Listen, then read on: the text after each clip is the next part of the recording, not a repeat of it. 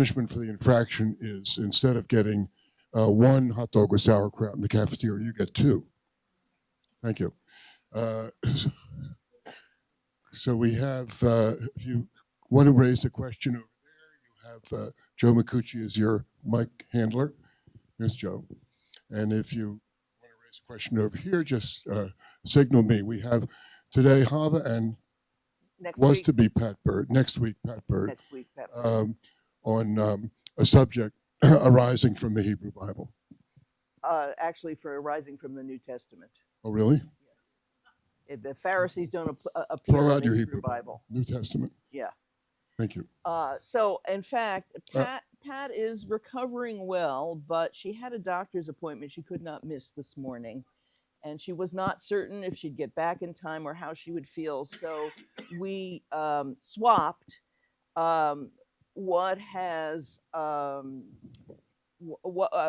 so I'm trying to fill in a bit of what she had planned to do, because she was going to give a basic introduction to the Pharisees and Sadducees, and I will do that.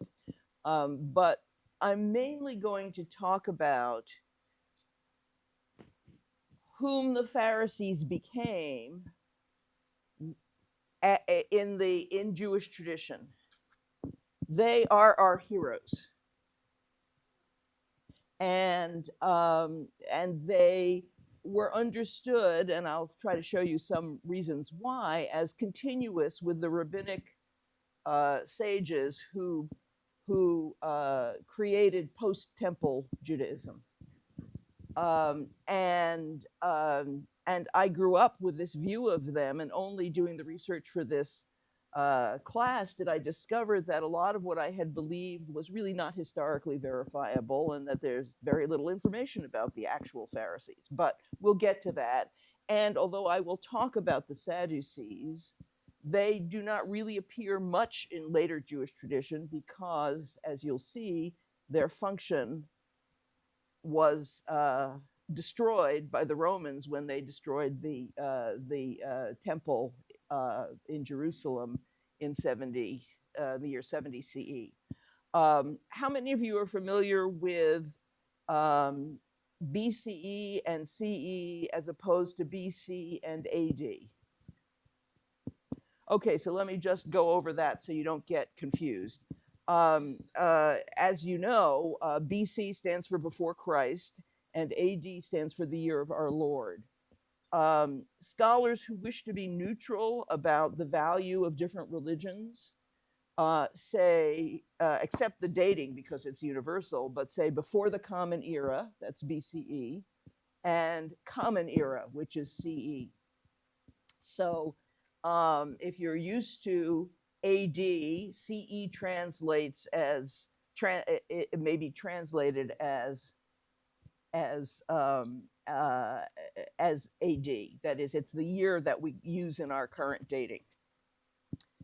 Okay, so I'm mainly going to talk, I'll talk about Second Temple Judaism, which was the time that the Pharisees existed. And I will talk briefly about what happened afterwards, but the central texts I'm going to use are about that temple period, but they were written down much later. So they include the sort of later views of the Pharisees. Okay, so when were the Pharisees and the Sadducees? So I keep talking about Second Temple Judaism. What is Second Temple Judaism? Second Temple Judaism this is obviously from Wikipedia by the underlining.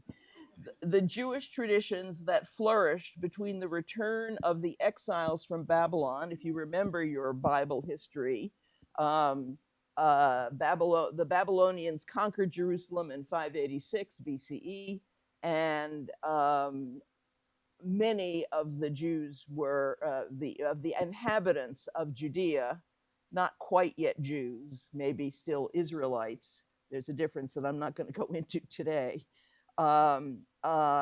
Were exiled to Babylonia, After which the Babylonians were conquered by the Persians, and the Persians had a different view of their subject peoples, and they let them go back and rebuild their temple. So the Jewish traditions that flourished between the return of the exiles from Babylon and the rebuilding of the Jerusalem temple under Persian patronage from 538 to 515 BCE, and then the second temple, that is, the first one was Solomon's temple.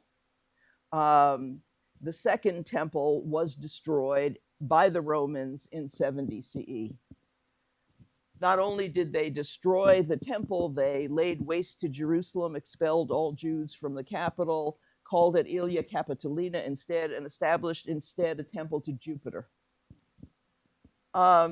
Now, the development of the Hebrew Bible, that is, figuring out what books went into the Hebrew Bible, the development of the synagogue as an institution, Jewish expectations for the future, and the rise of Christianity can all be traced to the Second Temple period.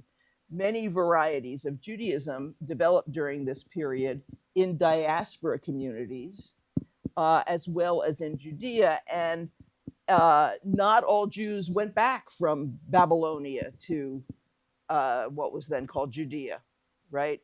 Lots of them stayed there, and there were Jews living in Egypt, and they were living spread out. And under the Roman Empire, they lived in most places where there was a Roman Empire.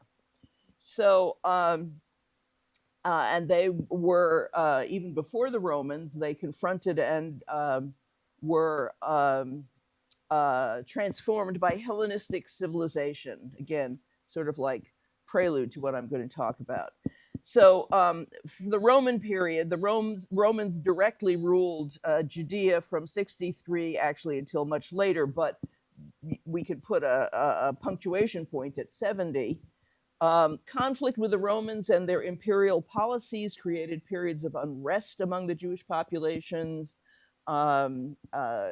Revolts occurred in the wake of Rome. I mean, you know, it's sort of like in all the subject temples all over the Roman Empire, you were supposed to put an image of the emperor. But Jews didn't want any images in their temple. Romans couldn't understand this. You know, why not put your, you know, anyway, there were a lot of things like that. And various Jewish practices were forbidden at different times. So they revolted. As I said, the Romans finally destroyed the temple in 70. There were still Judeans and people in Galilee. And there was another revolt called the Bar Kokhba revolt, which occurred from 132 to 135 CE, and that was also crushed by the superior Roman forces. The Pharisees flourished during the Second Temple era. It's hard to know much about them for certain because the teachings and traditions attributed to them circulated in oral tradition and were only written down beginning in the 2nd and 3rd century CE, that is, the Jewish traditions about them. They're mentioned and discussed briefly in Josephus, who lived in the 1st century CE, and obviously also they're mentioned in the New Testament. Later Jewish texts regarded them as precursors to the rabbinic sages, and they might have been, but it's hard to tell. Okay, so this is the Great Divide. So this is a scale model of Herod's beautiful temple. He really rebuilt it. He was a horrible person, but he loved a fine building, as one of the authors I read. So the center of Jewish life was the temple in Jerusalem. This centralized form of worship was prescribed in the Hebrew Bible and included daily rituals of sacrifice as well as sacrifices for special occasions, whether for holidays, Sabbaths, or personal occasions like bringing a sin or a guilt or a thanksgiving offering, depending on what your needs were. The priests could only be descendants of Aaron. If you remember Moses and Aaron in the Bible, the office of high priest was hereditary. The Jerusalem priests, who were not exactly coterminous with, but were sort of coterminous with the Sadducees, were a wealthy Hellenized aristocracy. Jews from all over the Roman and Persian empires traveled to Jerusalem for the three pilgrimage festivals, especially for Passover. The pilgrimage festivals are Sukkot, the Feast of Tabernacles, Passover, and Shavuot, the Feast of Weeks, which became the commemoration of the giving of the Torah on Mount Sinai. And synagogues began to develop during this period, but all Jews of whatever country contributed to the upkeep of the temple. And indeed, one of the horrible things the Romans did was they made Jews continue to contribute to the temple of Jupiter in Aelia Capitolina. Anyway. Okay, so here is one of the first distinctions between the Pharisees and Sadducees. And it is a distinction that is crucial to the later development of Judaism. So both, this may, even the basic premise may surprise some of you. The real question is, what was the revelation at Sinai? Many people, if you ask them today, would say, well, God gave Moses the 10 Commandments. But actually, in the way the revelation is understood in Judaism, is that God gave to Moses, I mean, how long, he was up there for 40 days and 40 nights. How long does it take him to write down 10 commandments? He was receiving the entire Torah. That is Genesis, Exodus, Leviticus, Numbers, and Deuteronomy while he was up there. This is, yes. But you could probably write that in 40 days, even if you had to chisel it into rock. But I mean, who knows? I mean, but that became standard Jewish teaching, accepted by both the Pharisees and the Sadducees, and this is the covenant between God and the people of Israel. The people of Israel undertake to keep the Torah, to follow the ways prescribed in it. And in return, they have this special covenantal relationship with the divine. Pharisees seem to have believed, as later rabbinic sages taught, this is even bigger, that the oral Torah was also part of the revelation. How many of you have heard of the oral Torah? Yeah. Okay, so the oral Torah consists, in its broadest sense, of all the later interpretations of the Torah's meaning and legal obligations, even ones that haven't been discovered as of today. It is a consistent process of unrolling the meaning and implications of Scripture. And a sacred Jewish myth, you could say, or belief, is that all of these later interpretations were also revealed at Sinai. The Pharisees, as described in the Gospels, were expert at these later interpretations. That is, the ones that had come about by their time. And so that they understood, they were very interested in understanding the full implications of the revelation. And that is what they are, in fact, criticized for in the Gospels, as being too bound to this. But interestingly enough, the Sadducees thought that the Pharisees were in some sense too lax, and they rejected the idea of the oral Torah.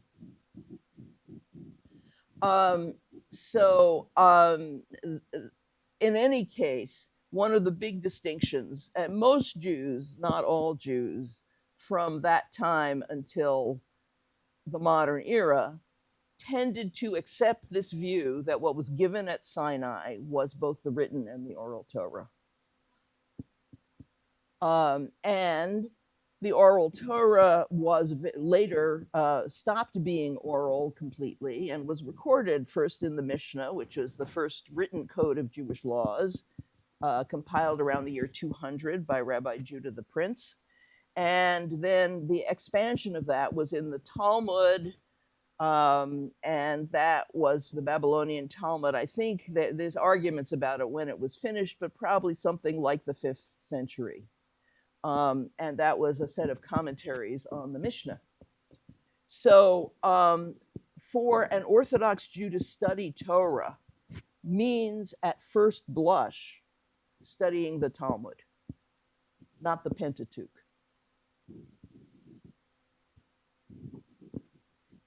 Now, other differences between Pharisees and Sadducees. This was a really interesting discussion by Professor Daniel Schwartz, who was one of the people who wrote one of the appendices to a book I found invaluable when teaching with Pat, the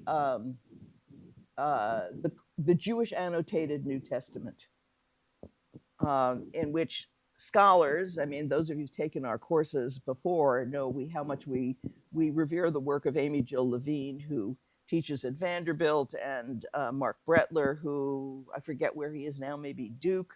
And they've given a lot of attention from a Jewish perspective to various Christian works. I mean, Amy Jill Levine wrote this wonderful book called Short Stories by Jesus about the parables in Luke, which we've used.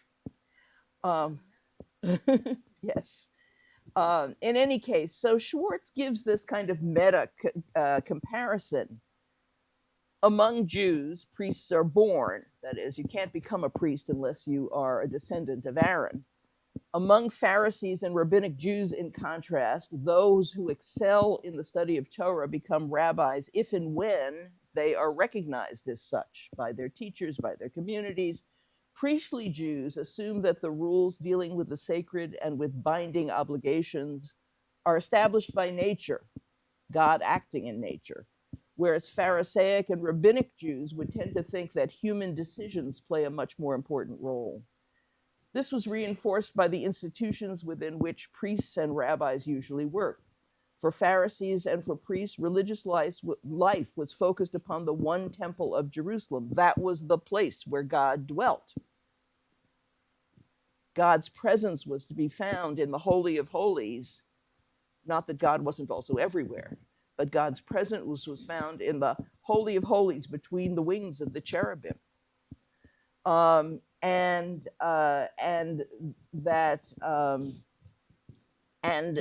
according to their belief, I mean, the Temple of Jerusalem was ordained by God to be where it was. The Pharisees and the rabbis were typically associated with houses of study and synagogues, which were founded at will by Jewish individuals and communities. So that is one interesting difference about their religious perspectives. The Sadducees were, here's another one, and this comes mainly from a book by Vanderkam about early Judaism. The Sadducees were an aristocratic party associated with the Jerusalem temple and the high priest, who was a major political figure. This was also important to realize the politics of this. Both of these were political, both groups were political operatives during the Second Temple. Because of strict regulations for entering the most sacred precincts and performing sacrifices, they were deeply concerned with ritual purity, although not as concerned as the Dead Sea Scrolls. Anyway, we're not getting into that. The Pharisees, by contrast, had the support of the majority of the populace, according to Josephus, who wrote in the 1st century, and were also a major political force. In their study houses, they developed the oral law, that is, a human enterprise in which the sages sometimes bested even decisions revealed by heavenly voices. So I will summarize a classic rabbinic story for you called the Oven of Achnai. I'm going to just do it very briefly.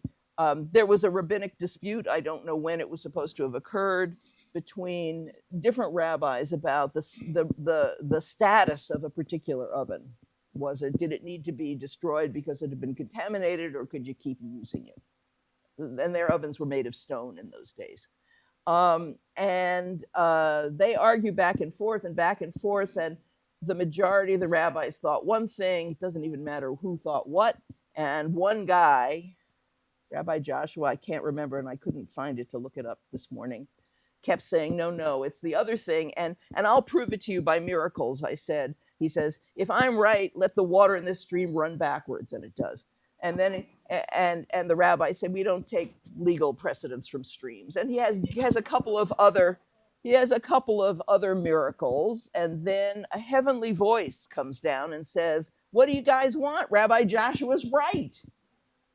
And they quote the verse from Deuteronomy, the Torah is not in heaven, it's given to us here on earth to interpret.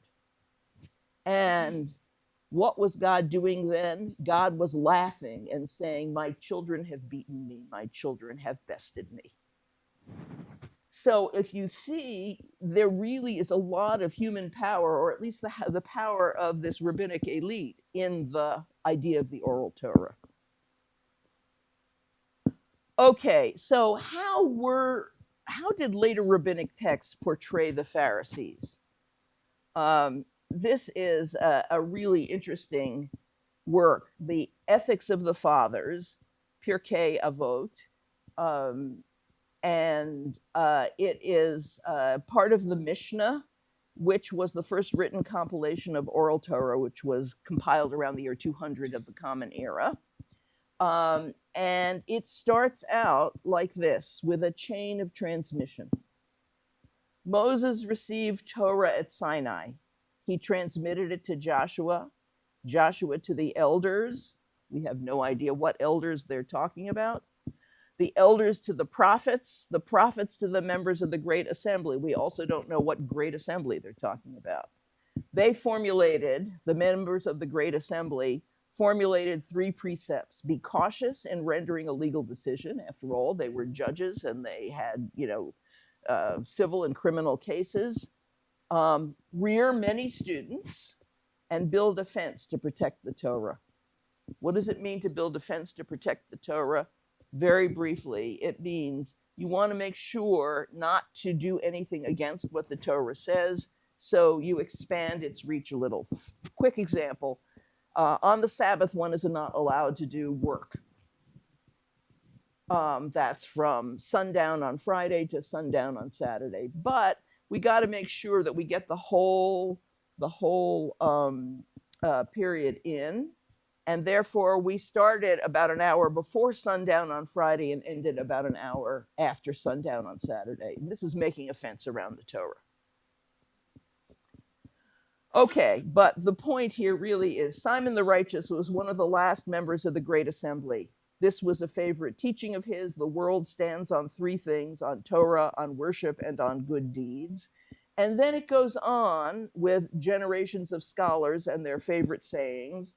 Antigonus of Socho received the tradition from him. Yosei ben Yoezer of Tsereda and Yosei ben Yochanan of Jerusalem received the tradition from him. It goes on. And there are 5 additional generations of scholars. And Hillel and Shammai, about whom I'm going to talk because they're among the most famous of the Pharisees, Hillel and Shammai received the tradition from them.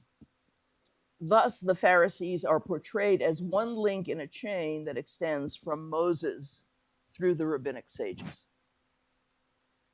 This is the view I grew up with. Okay, so meet 2 Pharisees. We're going to meet them in depth. Hillel and Shammai, who were active during the reign of Herod the Great, that is the period of the New Testament. So start off, that's supposedly a picture of the Sanhedrin in session, an imaginative picture. Many of the tales of this famous pair of counter-colleagues are legends, and it's impossible to know what the facts were.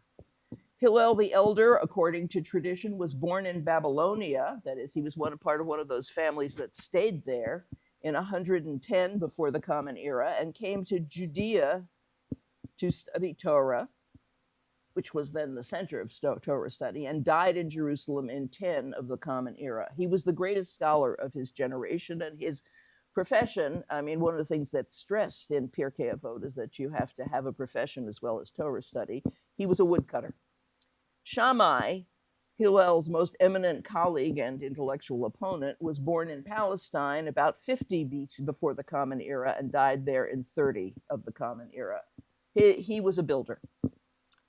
Hillel and Shammai were the last of the Zugot, the pairs of scholars who presided over the Sanhedrin, the court made up of sages, priests, and others, which, according to the Mishnah, again, we're not sure, met daily in the temple except for festivals and Sabbaths. Each of them founded a school of disciples, the house of Hillel and the house of Shammai. Oops. So here are some of their maxims. Let a man always be, well, this is actually by somebody else, but let a man always be humble and patient like Hillel. He was proverbially patient, as you'll see, and not passionate like Shammai. And that's from a text which shows you the uncertainty. Could have been written anytime between the 3rd and 8th century, depending on who you believe. I mean, what contemporary scholars you believe. Hillel used to say, one of his famous maxims, if I am not for myself, who is for me? And being for my own self, what am I? And if not now, when? Do not separate yourself from the community, even if you disagree, even if you disapprove. Do not separate yourself from the community. Love peace and pursue peace. Be one who loves his fellow men and draws them near to the Torah. Shammai used to say, make your study of Torah a regular habit, say little, but do much, and receive everyone with cheerful countenance. Although you'll see that in the stories about him, he didn't always do that.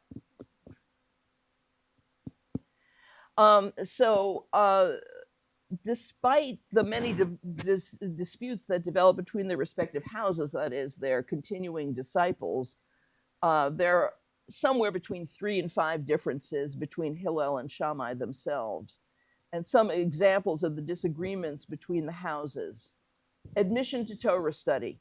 The house of Shammai believed only worthy students should be admitted to study Torah. That is, you have to have your GREs, you have to have your recommendations, you have to have your GPA. The house of Hillel believed that Torah may be taught to anyone Jewish, but he'll see anyone in a minute, in the expectation that they will repent and become worthy.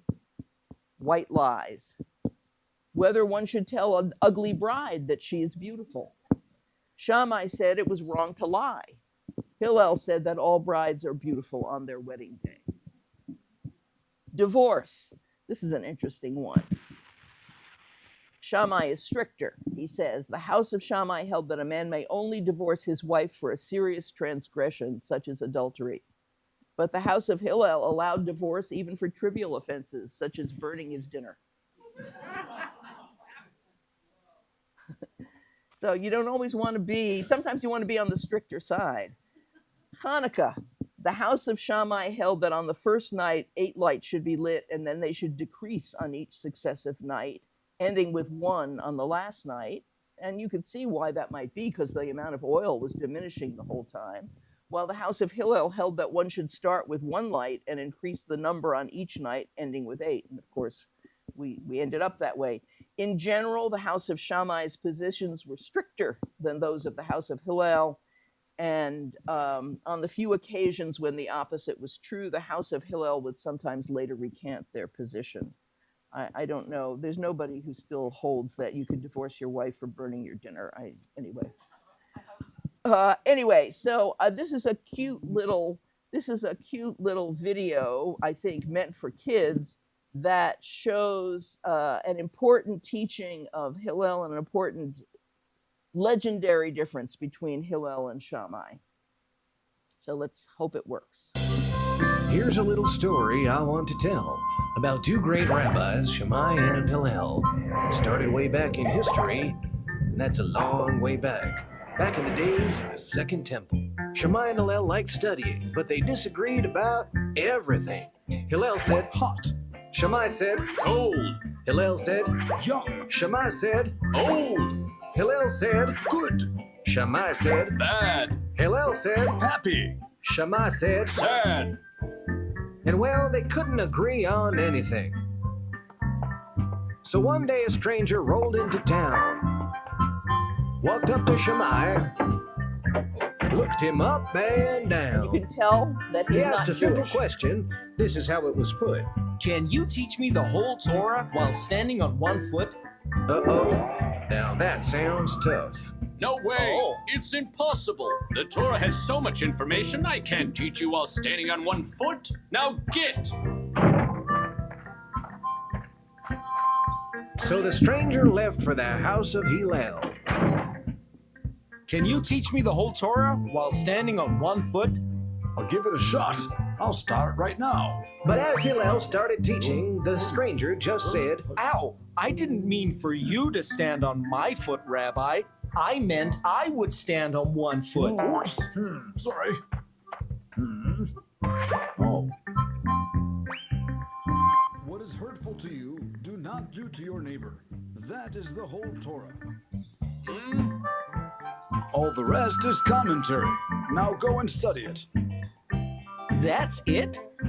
That's it, my friend. Just be good to one another. the lesson is simple: be good to each other, your parents, your friends, your sister and brother. And that's the story of the Hillel Shammai showdown. Get along, little doggies. So the stuff about actually standing on his foot is, I think, added by the video. But in any case, this shows, we're going to do another one, and this will also demonstrate, as I learned from my former colleague, John Gager, whose field was early Christianity and early Judaism, that just around the time of Jesus and a little before, Judaism was enormously popular in the Roman Empire. That is, many people were extremely curious about it, wanted to convert to Judaism, wanted to learn about Judaism, went to synagogue services even though they weren't converting. And so it was a time when Judaism, many non-Jews were very curious about Judaism. So there are lots of stories about them. Okay, let's see. Now, okay. This is a long story. Another tale of a heathen, Hillel and Shammai, and this is from Avot de Rabbi Natan. It's that commentary on Pirkei Avot, on the ethics of the fathers, which we saw before. Anyway, it's that work that we don't know if it was written in the 3rd century or the 7th century. Okay. Once, a heathen passed by a synagogue and heard a child reading the passage from Exodus 28:4. These are the priestly vestments they are to make. And they go on to describe them in great detail, how they're made of gold, purple, and crimson yarns. And I don't know if you can see, but on the bottom of the hem, there were interspersed little fabric pomegranates and golden bells. So wherever the priest walked, you could hear a little tinkling, and they had the breastplate made with precious stones representing each of the tribes. In any case, very beautiful garments. The Gentile came to Shammai and asked, "For whom is all this honor?" Shammai replied, "For the high priest who stands at the altar." The Gentile requested, "Convert me to Judaism on the condition that you make me the high priest, and I will serve at the altar." Shammai indignantly responded, "Do we not have high priests who can officiate, that this paltry convert should serve in the priesthood?" He dismissed him in a huff, and as I've already mentioned, the priesthood is restricted to descendants of Aaron and is not open even to all Israelites. The heathen then came to Hillel and said to him, "Master, convert me on condition that you appoint me the high priest, so that I might serve at the altar." "Sit down," Hillel said to him, "and I will tell you something. If one wishes to greet a king of flesh and blood, an ordinary king, is it not right that he learn how to make his entrances and his exits?" Whatever. You have to bow, you have to do court etiquette. "Indeed," replied the heathen. Said Hillel, "you wish to greet the King of Kings, the Holy One, be blessed. Is it not right that you learn how to enter the Holy of Holies, how to fix the lights?" Here's the priest with the lights in the temple menorah and other details. So the heathen replied, "Okay, do what seems best in your eyes." So first, Hillel wrote out the alphabet for him because he had to learn the Hebrew alphabet. He was presumably speaking Greek. and taught it to him. Then he taught him the book of Leviticus, which concerns priestly rituals, and he went on to study the Torah, the written Torah. When the heathen came to a passage in Numbers, that's Numbers 151, that specifies that no Israelites who are not priests may enter the holiest parts of the tabernacle, he realized that he also could not do so. Any Israelite outsider who encroaches shall be put to death. All the more I, a paltry proselyte who comes only with my bag, whatever that means. Thereupon the proselyte was reconciled of his own accord. That is, through his education, he realized that he could not be high priest, but he converted. He came to Hillel the elder and said to him, "May all the blessings of the Torah rest upon your head, for if you had been like Shammai the elder, I might never have entered the community of Israel."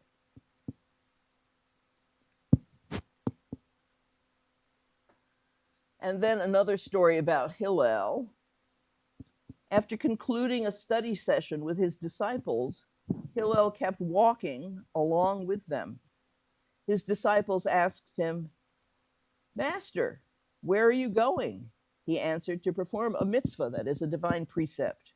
"What precept?" he replied. "To wash up in the bathhouse." And that's a bathhouse of the Roman era. I can't remember where I got the picture. "But is this a mitzvah? Is this a precept?" the disciples asked. "Indeed it is. The king's statues set up in theaters and circuses have to be scoured and washed down by a man specially appointed to look after them, who receives maintenance for the work. Even more, he is esteemed as being among the notables of the kingdom. How much more so am I required to scour and wash myself, I who have been created in God's image and likeness, I of whom it is written, in the image of God he made man." Okay, so maybe we could have a brief time of discussion and questions. What's your impression so far of the Pharisees? What do you want to know about Pharisees and Sadducees that maybe I didn't make clear to you? Any questions so far? Not a single question? Nancy has one, so Joe, please.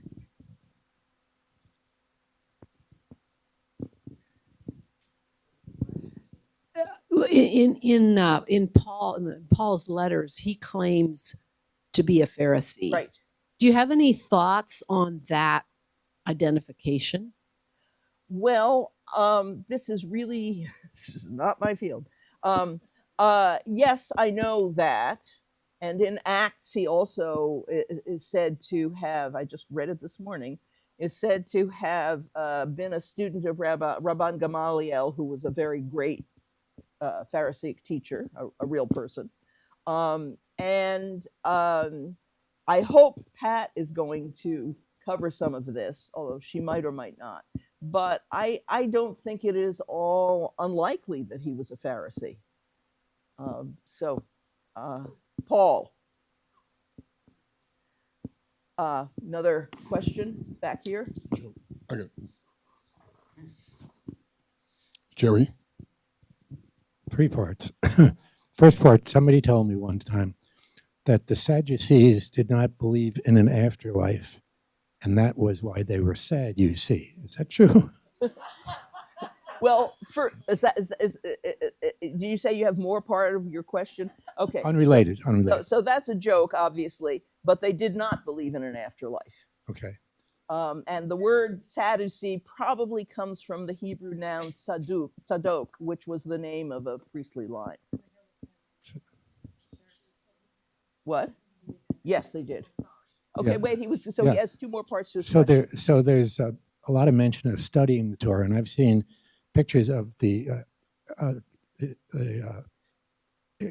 what's the most extreme? The Hasidic, you mean Hasidic or ultra-Orthodox? In Israel, ultra-Orthodox, Yeah. who spend their entire day studying, and they're exempt from military service. Mhm. My question is, are they studying for their own edification, or are they doing some research, or do they ever They're publish studying anything? for their own edification as a sign of their devotion to God and trying to understand what God has revealed to us. Okay. So the last is a commentary. I don't know if you've seen, there's a series on TV, on Amazon now, I think, called The Chosen.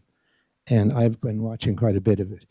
And it's really excellent. It's a semi-fictional portrayal of the story of Jesus and the New Testament. Mm-hmm. And it portrays Jesus and the disciples in an extremely human and very believable way. But it also really demonstrates the culture of the Pharisees and the Sadducees and their interactions with Jesus, but also with the Romans. Mm-hmm. And there are scenes of them arguing inside the Sanhedrin and a lot of the politics. And I'd really recommend it. It's really great. Okay, I can't comment on its historical accuracy because I haven't seen it. It's partly fictional, but it's partly right. Here, Eva Malshed. okay, you'll come next. Very early on, you mentioned that the Sadducees were part of a very wealthy group of people. Where did their wealth come from? I am no expert on the economic history of these. I think Tama was next with her question. But in any case, no, I don't just pass it to, anyway, never mind. In any case, I am no expert on the economic history of the Hellenistic and Roman empires. So I can't really tell you, but I do know that all societies in those days had wealthy elites. You know, I don't know whether it was, I actually don't know the answer to your question, although I presume it was, they made their money in the ways that people often do you know, in ancient societies, whether it was commerce or whether it was agricultural produce or whether it was getting bribed by people who wanted influence. I have no clue, I'm sorry. Okay, and I do believe Tama was next with her question, if you could just pass that forward.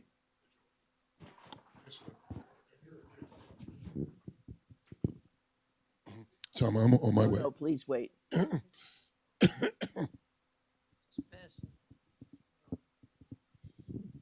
I'm thinking about the fact that the high priest had to be descended from Aaron. Mm-hmm. Now, what if the current high priest did not have a son? Could somebody, a man who was the grandchild of the former high priest, because he would be sort of also descended from Aaron, could he become a high priest? Well, again, this is not really my area of expertise. What I understand about it is that, okay, the first straightforward answer is it did not have to be a lineal descendant. Okay, that's it. But a somewhat expanded answer is that there got to be a period in which the office was bought and sold, in which there were people who weren't necessarily exactly descendants of Aaron took it over because of political influence, so that even that principle was not necessarily honored. Okay, back to Joel.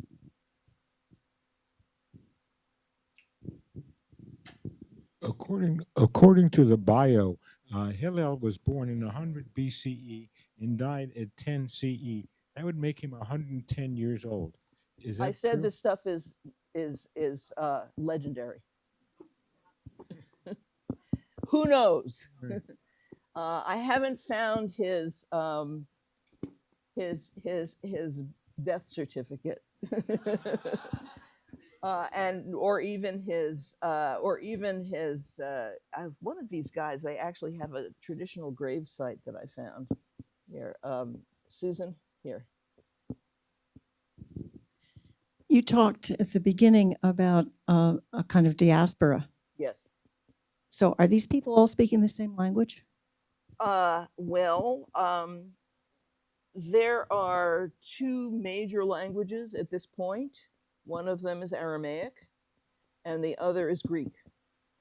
Aramaic was the language, and although Hebrew was the language of sacred texts, both the Torah and most of the rest of the Hebrew Bible, it was rarely, as I gather, a spoken language by this time, although people who studied Torah knew it. And the liturgy was in Hebrew when it developed afterwards, and I'm sure that anyway. So a lot of people could speak both Aramaic and Greek. But it's true that, say, the very large Jewish community of Egypt, for whom the Septuagint was made, as Nancy told us in a previous course, the Greek translation of the Hebrew Bible. Many of them did not know Hebrew, probably, or Aramaic, and that's one reason they wanted the book translated. Okay. Okay, and then I think maybe we'll go on. This is a small detail, but it's a curiosity for me. You're talking about Aaron and the priestly class. I always had been led to think that they were Levitical, that it was the tribe of Levi. Yeah. You had to be a Levite to be a priest. Is that, I'm sorry? It's not, the mic doesn't seem to be working very well, but I'll repeat your question. So, yes, I mean, so here's the deal. The question is, I thought they were supposed to be Levites. Okay, so if you go back and look at the genealogies, Moses and Aaron and their relatives were all from the tribe of Levi. The priests were both priests and Levites. That is, they were from the tribe of Levi, but they were one family within the tribe of Levi. So the Levites also had ceremonial roles at the temple, but they couldn't go into the Holy of Holies. There was one more question back here. Okay, then we'll stop. In much later Christian writings, there is the story of Mary as a toddler walking up 100 steps into the temple, where she then lives until she is married to Joseph. Did anyone live in the temple? I wish I knew the answer to that. And I don't think there were 100 steps leading up to it, even in Herod's temple. But I could be wrong. An account I just read sometime in the last couple of days said that there were living quarters for some people who worked there, but I had never heard that before, and I couldn't tell you. Sorry. The biblical scholar Paula Fredrickson writes that 40,000 people worshipped on the outdoor grounds of the grounds of the floor of the temple. Yeah, but they didn't live there. All that remains, right? Yeah, right. Okay, all right, we'll go on. And this is really a shorter part of the whole thing. So the Second Temple was destroyed as the culmination of a revolt against the Romans. I forget when it started, maybe 68, 69. And another party called the Sicarii, or the Zealots, refused to surrender during the Roman siege, even though people were starving, and they refused to let anybody in and out. But one reason that there was this brutal conquering was that Jerusalem refused to surrender, and I'll talk a little bit more about that in a minute with another myth, which is really, so what this meant was the end of sacrificial worship, which had been the center of Jewish life. Anyway, the Jerusalem temple was supposedly the sole place in which sacrifices could be offered, and it says this very clearly in the book of Deuteronomy. It doesn't say Jerusalem temple but it says the place that the Lord shall choose to establish his name, which was understood to be the Jerusalem temple. There were a couple of other strange temples in other places, but I don't know much about them, and I won't go into them.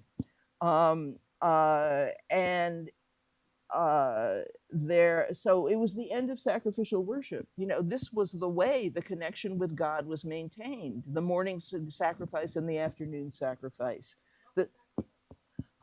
Excellent question. What was sacrificed? Mainly sheep, um, but also on occasion goats, and also for big fancy sacrifices, bulls. And if you were too poor to afford any of those things, a couple of turtle doves would suffice.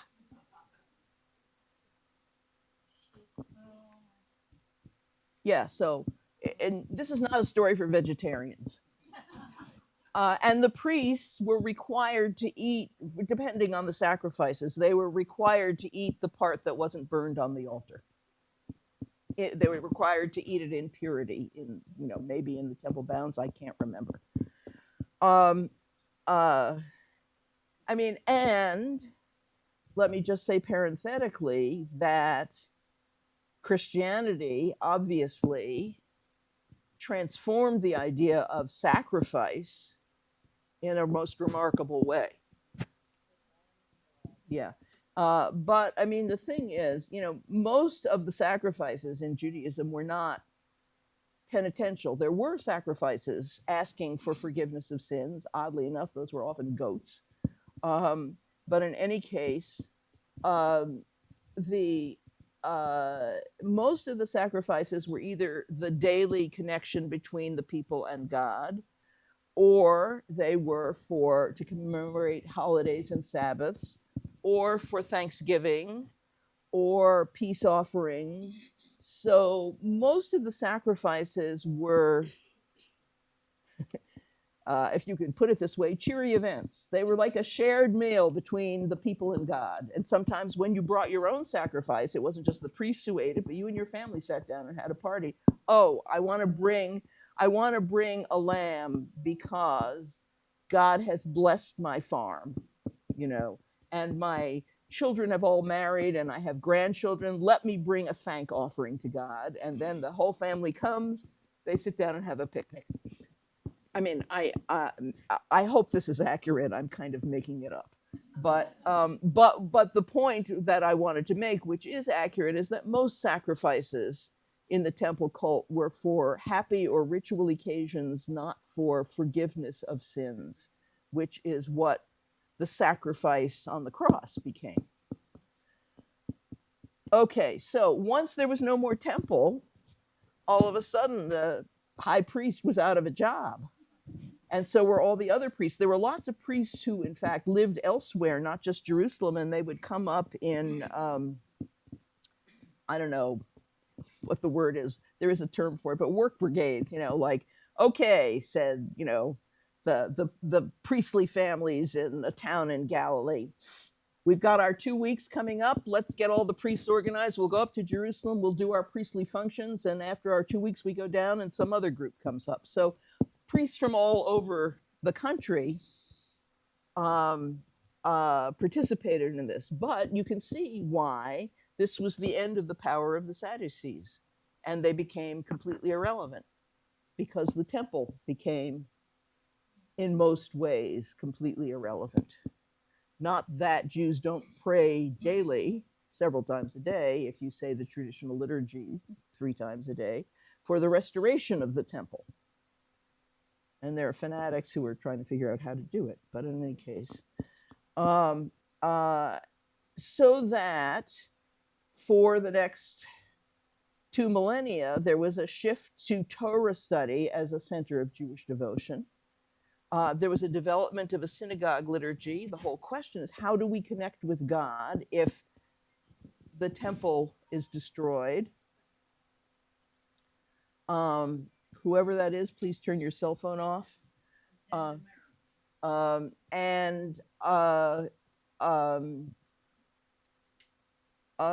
So that we had this kind of ritual way that we knew that we were connecting with God, and now we don't have it anymore. What do we do? So to a certain extent, There were the morning, afternoon, and evening prayers. There were the holiday and festival prayers. There were extra services tacked on for those days when there were extra sacrifices, so that there was an equivalence between the liturgy and the sacrificial calendar. And also, this whole actually rather beautiful set of ideas, to make your table, the table at which you ate, the equivalent of that picnic with the sacrifices, that meal with God, as well as making your home, as it says, a miniature sanctuary, mikdash ma'at. So Torah study became, and then in these academies, there was Torah study. The synagogue liturgy, the daily prayers developed. The rabbinical sages who shaped the future of Judaism became the major players here. They were called the Tanaim, if they were up to, it sort of means teachers, those who repeated the lessons, up to about the year 200 when the Mishnah was composed. And then the later scholars were Amoraim.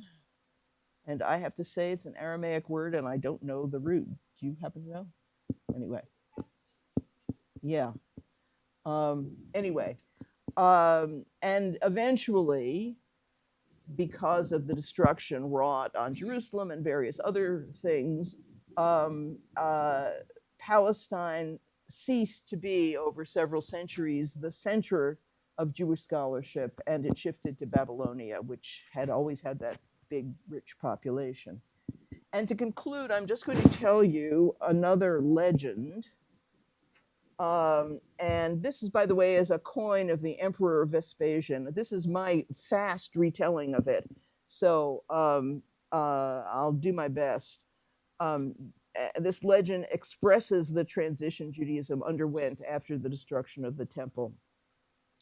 So Rabban Yochanan ben Zakkai, why Rabban and not Rabbi? Rabban means our rabbi, and it's an honorific title. Was a disciple of Hillel and Shammai, about whom we've learned so much earlier in the class. And he escaped from besieged Jerusalem in a coffin. Why did he have to do this? Because the zealots weren't letting anybody out during the siege, as well as not letting anybody in. And the only way you could get out was in a coffin if you were dead. Well, he wanted to get out in the worst way because he had an alternative plan. He thought that this whole thing, he tried to convince the zealots to surrender, et cetera, et cetera. He saw they weren't going to do it. And he said, I've got to get out and I've got to do something else. And his disciples put him in a coffin and took him to the gates. And at least according to legend, the gate guards said, "Who is this?" And he says, "Our teacher, Rabbi Yochanan ben Zakkai." They said, "Is he really dead? Looked pretty alive last week. Let's stab him and make sure." But his disciples persuaded the guards that this would not be fitting for the illustrious figure that they were carrying out. His disciples brought him to the besieging general, Vespasian. And according to this legend, he greeted Vespasian as, "Your Majesty" or "Your Honor, the Emperor," although Vespasian was at this point a general. He asked Vespasian that the Romans, so what he asked for was that he be able to continue with his house of scholarship in the little town of Yavne, and that the Romans guaranteed the safety of the scholars there, where they relocated the Sanhedrin to make all these kinds of decisions and adjustments about how to address the absence of the temple. And he foretold that Vespasian would soon become emperor, and Vespasian was very skeptical. But according to the legend, at that moment, an emissary arrived from Rome and said, "Hail, Emperor Vespasian." And there's a whole sort of funny thing about how he got caught with one boot on, but I didn't quite get the point of that. And so Vespasian, and he did become emperor, whether at that moment or some other time, but that's his coin. Looks pretty grim, doesn't he?